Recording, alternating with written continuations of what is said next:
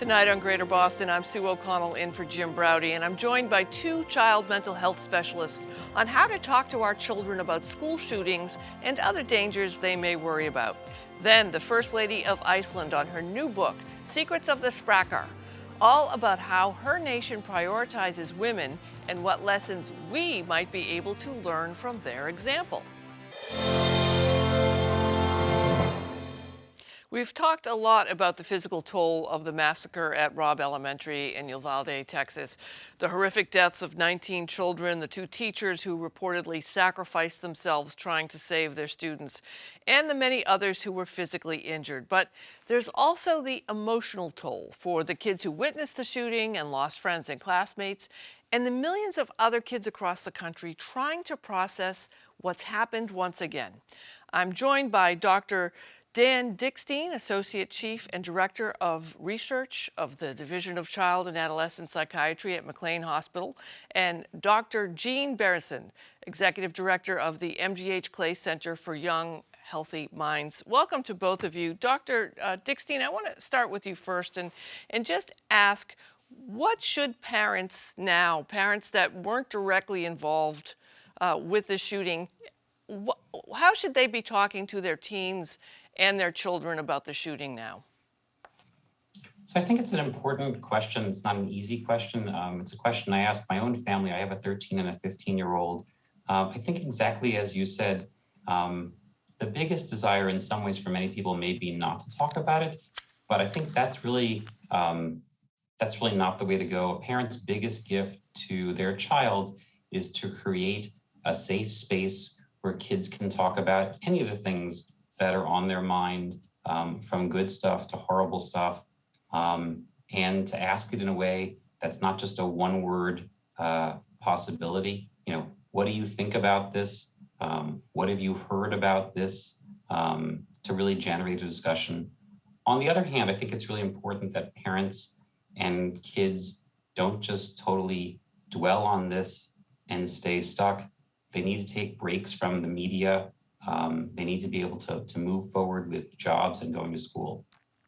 Dr. Beresin, I often have conversations. I'm a parent myself, and I have conversations with other parents whenever there's a difficult topic in the news, which there always is. I mean, this is particularly hard-hitting and devastating, and it also involves children in schools. But, you know, whether it's about marriage equality or transgender issues or the political landscape, and parents will say, well, it's really hard to have those conversations with my kids.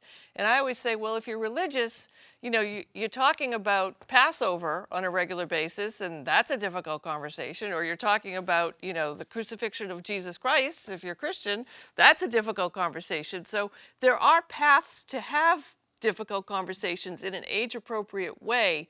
Where can parents find resources to be able to do that, though? Because we often feel like we're way out of our depth. Well, the Clay Center has resources. I mean, and one of the things that we try to focus on, and we have plenty of blogs and podcasts about this. In fact, we have a whole page devoted to resources for parents. Sadly, there have been too many mass shootings. But some of the main points, to echo a little bit about what Dan said. Number one, social supports are incredibly important. So I think it's super important for parents and caregivers of all sorts, whether you're a coach or a teacher or a clergy, to be talking with each other. You know, we're pack animals, we humans. We need each other, and we need social supports.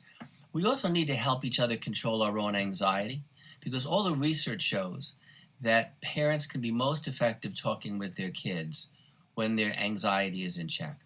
It's kind of like when the flight attendant says, if the pressure goes down, put the oxygen mask on yourself first, and then help the person next to you. So how can we help each other control our anxiety? And there's plenty of ways, whether it's meditation or yoga or listening to music. Talking with each other is a great way of doing it. Getting ideas from other parents about how to talk to, you know, there's a difference. Another point that Dan made, which is really important, is we talk to school-age kids differently than we talk to adolescents. We have to be thinking developmentally. I mean, I can go into the details if you want, but I think that it's super important to kind of know how kids age, say, 6 through 12 think and behave and what their needs are, and the differences between those who are, say, 14 to 18. And we tailor our conversations to the developmental levels of the child. Dr. Dickstein, the other thing that you pointed out too is also just the saturation of the news stories in the media. And it's, it's always been the case, but now with social media, with kids spending so much screen time where, it's not just screen time anymore, it's also their school books, it's their classwork, it's how they stay connected to their friends. And it's almost impossible for them to avoid it. How can parents manage what their kids are seeing online when it comes to, especially around this horrific shooting, but also some of the other news that just now gets delivered to them? Where, when I was a kid, I'd have to turn on the TV or pick up a newspaper to find it, but it's actually being thrust at them. Right. So it's a great question. Again, I think, media, we've never had so much power at our fingertips to learn about people, places, events all over the world. Honestly, I think the biggest advice that, again, we do even in my house is take a break. Screens can be turned off. It may sound strange, but phones can actually be put down. They can be put out of your pockets. Doesn't mean you have to, that will generate conversation, but at least you could not be glued to the media. I also think instead of focusing on the control of a parent, I think the biggest control is sort of what Dr. Beresin said about parents controlling their emotions and parents controlling in some ways the flow of things, to thinking about how do I make time to talk, to share what's going on with me in a developmentally role appropriate way, to model that for kids about sharing what's appropriate. I guess I'd also say that, as Dr. Breastfeeding said, development is important. So this is not a one and done thing, right? So this is a conversation that may happen now, or it may come up for a child in another couple weeks. I wish this was the only sort of tragedy going on, but unfortunately, a couple days before this, there was another shooting. A couple days before this, there was another shooting. There are always events that happen, unfortunately. The question is, can parents make regular time to check in with their kids? Dr. Bresson, I want to play off that point a bit. I mean, this is a particular American tragedy, but there's tragedy all the time. And I think each of our parents have probably lived through things. My parents were born, in 1918 and 1920 and lived through the Depression and lived through all sorts of things. They used to tell me stories, and I'd be like, oh, that's funny. You had to go pick up coal because you didn't have enough heat. And we often talk about, the resilience of kids and the resilience of children, which I think sometimes now we look at that and say, well, it wasn't resilience, it was burying how they felt, and it wasn't allowing them space to grieve or to grow. And I think some parents now haven't had as much hardship or been aware of the tragedies that many have gone through. So they're also dealing with this for the first time themselves. How do you moderate all that with your kids? How do you take the attitude that bad things are going to happen, we're going to try and keep you safe, but here's what we need to do when things go wrong? Terrific question. So one of the things that I think we don't do that we could be doing and should be doing is having conversations starting with preschool kids and continuing the conversations. But as Dan was saying, not having family meetings. The last thing a kid wants to do is to have a family meeting. You get the eye roll and then they're going to shut down. But having frequent conversations, if you start preschool and it becomes part of the fabric of your family, to talk with each other about how we do. Have you heard about X, Y, and Z? It's super important, and it becomes, and that then we're likely to have the kids come to us or the teenagers come to us and ask us. Now, the second thing you mentioned is adversity. We've all been through adversity of one kind or another. My mom was born in 1916, and kids love family stories. They love narratives. And so when you have a bad time, one of the things that can be part of a conversation is, how do we get through this? How can we manage this? Of course, it'll be different. You're not going to ask a preschooler, but school-age kids, and they love to hear family stories. So my kids used to love to hear my mom talk about the Great Depression in 1916 when she played the piano, because she was a concert pianist, in the department stores for pennies. And she loved one particular, the Beckstein, and the kids say, "Tell us about the piano. Tell us about the depression." So family narratives, and you can say, "Remember when the hurricane hit and the house got flooded? Remember when a tree fell on the house? Remember." There are numerous narratives, and they're used in every spiritual tradition. If you think about it, whether it's the Torah or the Quran or the Bible, it's the narratives that actually tell the stories, are discussed, and talking about how you would manage those situations. So I would apply that same kind of principle to all of our families, and use the narratives and how we've gotten through adversity in the past, and ask for their advice. What would you do? What should we do? Let them feel that they can make a contribution to the conversation. Dr. Dickstein, we're also talking about this support, this institutional support that we're just assuming is there, and we're also talking at a time where kids and adolescents and teens are in crisis more often and in greater proportions than they have been in the past, it seems.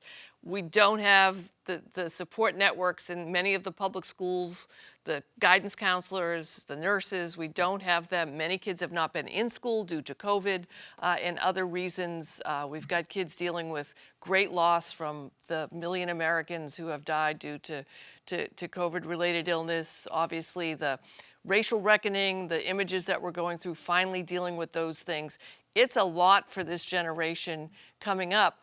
And, as we know, and I know that you know better than I, we're urging people to get help if they need it for their teens. But I have, friends who don't want to go to the emergency room with their kids because there's no beds and they don't want to have to board there for 3 to 4 weeks waiting for a bed. What's a parent to do really to navigate all this, to get the kind of support they need for their child or their teen when they're in distress? That is a fabulous question. I mean, so undoubtedly, this is a tough time. In October, the American Academy of Child and Adolescent Psychiatry, American Academy of Pediatrics, and Children's Hospital Association of America issued a joint statement, a rare joint statement, talking about the crisis in youth mental health. The Surgeon General issued a report in December talking about issues of youth mental health. So the good news is that finally there's a focus on youth mental health. The challenge is trying to figure out ways to grow a system, to fix a system that really is an ad hoc system, doesn't happen overnight. I do hope that this continued attention, it's not just a one news story thing and then we move forward. I hope people will be creative, will do some resources and address things. But I think that what is a parent to do now while you're waiting for the system? I think, help is not just necessarily from a doctor, psychiatrist, psychologist, or social worker. Help can be from peers. Help can be from a coach. Help can be from a school, from another parent, from a faith leader. It can be, there are definitely lots of things on the internet out there, some good, some not so good. I think probably the biggest thing that people can do is taking care of themselves with routines is important. So the routine of trying to get regular sleep, trying to get regular exercise, trying to go to school or do social things in a COVID safe way, to make connection. All those things have been shown to improve mental health.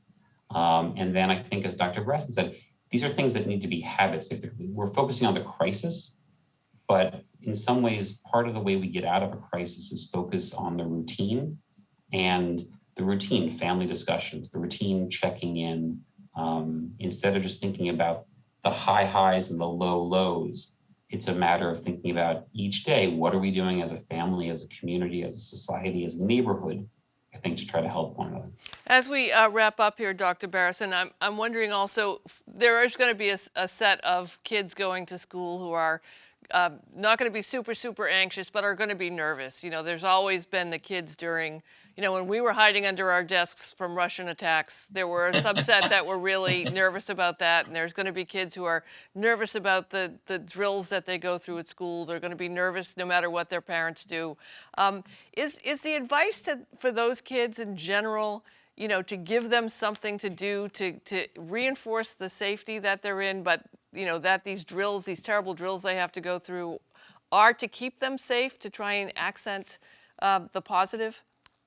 Yeah, I think that's so important. I mean, kids need reassurance. They also need coordination.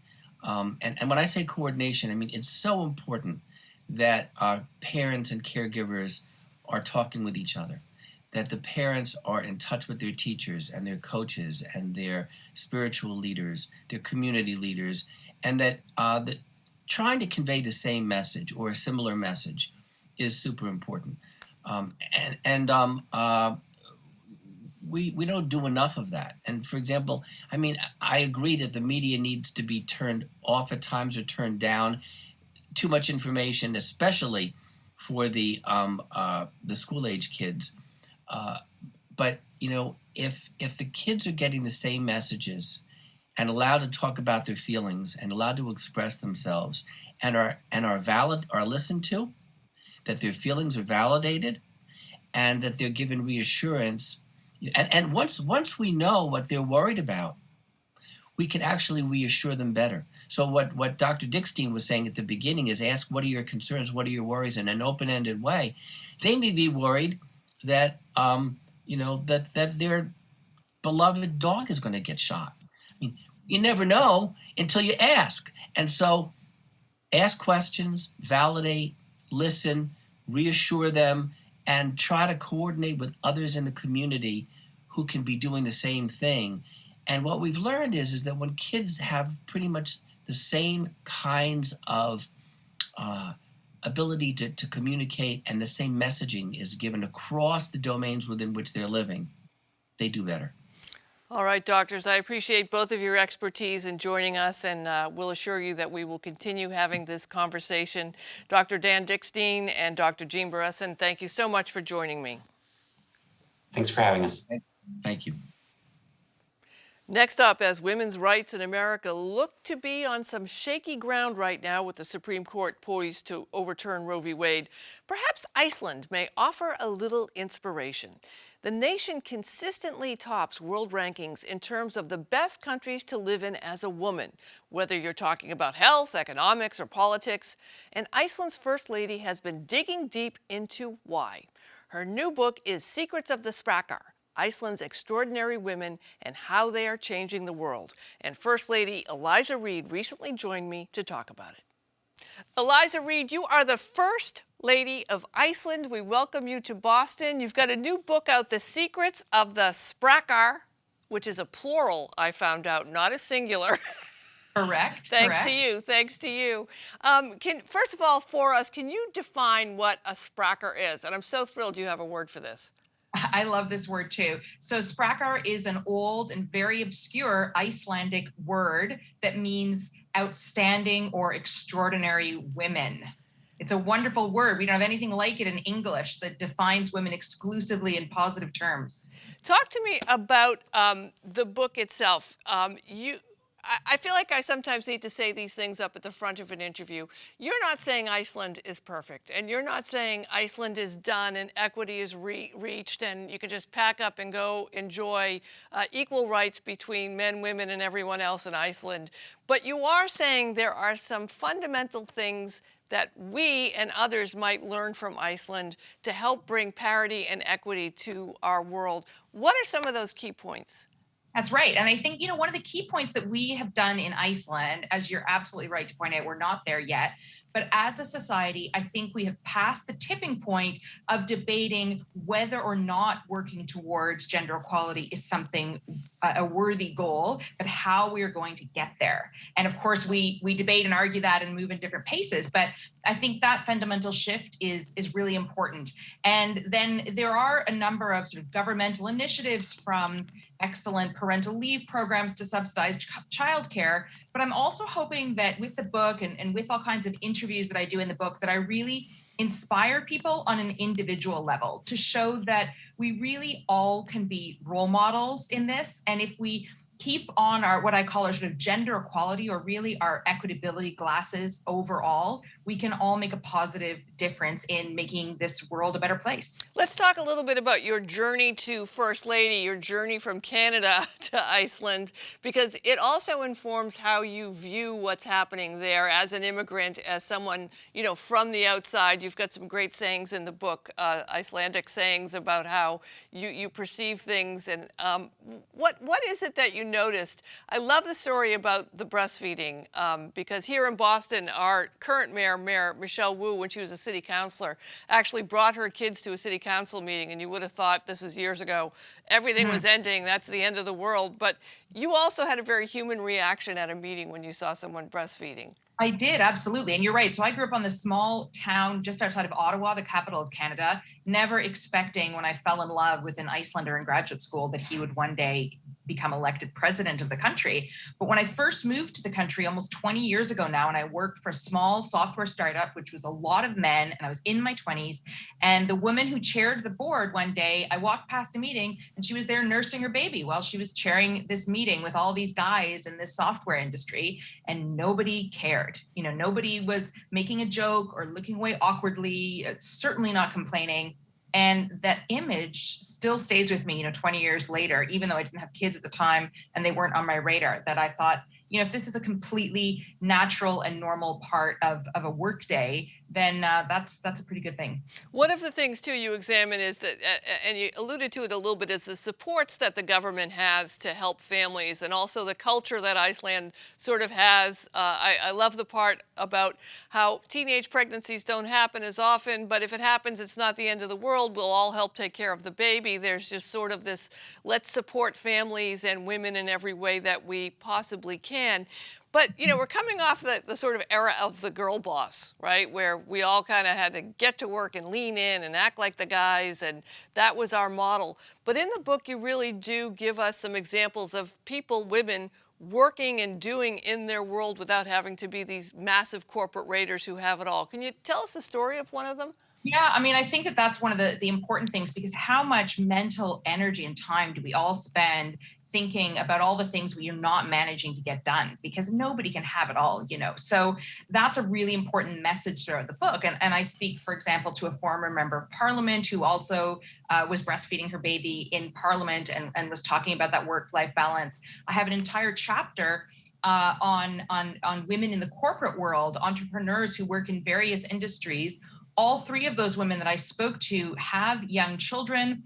One is an immigrant who doesn't have a family support. One is a single mother. One has special needs children. And none of them mentioned that their biggest challenge in succeeding professionally was balancing work and home life. And that to me was something, really remarkable, that was not the biggest factor for them. Yeah, the challenge too is, it doesn't seem to me that it's such a hot button issue, this idea of equity, and here in the United States, obviously, as you point out, we're still discussing it.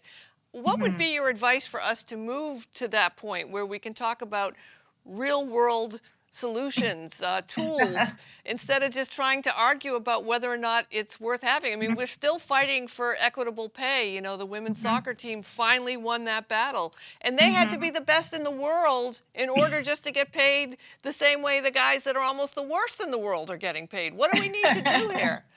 It's certainly not my place to be able to tell other people what to do, but I absolutely would argue that, working towards gender equality and all further equality is a human rights issue. And if for some reason that doesn't convince you, you can look at all of the statistics out there that show that societies that are more gender equal have longer living populations. They are more peaceful. Their people are happier. And this is both women and men, because the argument as well is this isn't one group against another group, or some zero-sum game that takes things away from one group, benefiting another group. It's something that elevates everybody in society. And lastly, I would add, though, that even if you agree with all of this, and even if you think this is important, it's not going to happen by itself, as we have also seen, or it will happen at an agonizingly slow pace. And so that's why we really need to keep our eyes on the prize, as it were, and really keep persisting. I was moved by the chapter on your visit as First Lady of Iceland to Syria as part of the UN group, and the exchanges that you had in the refugee camp, if I remember correctly. What did that mean to you, and what did you take away from that? Thank you. Yeah, it was actually in Jordan and Syrian right. refugees right near the border with Thank you. Syria in 2017 with UN Women. And one of the things I took away, of course, in the context of my book, is that there are outstanding women throughout the world, that we don't have a unique license to them in Iceland. But it reminded me of how important it was for women to be speaking together, sticking together, women to be supporting each other and using each other's voices and really understanding that we all have something to say.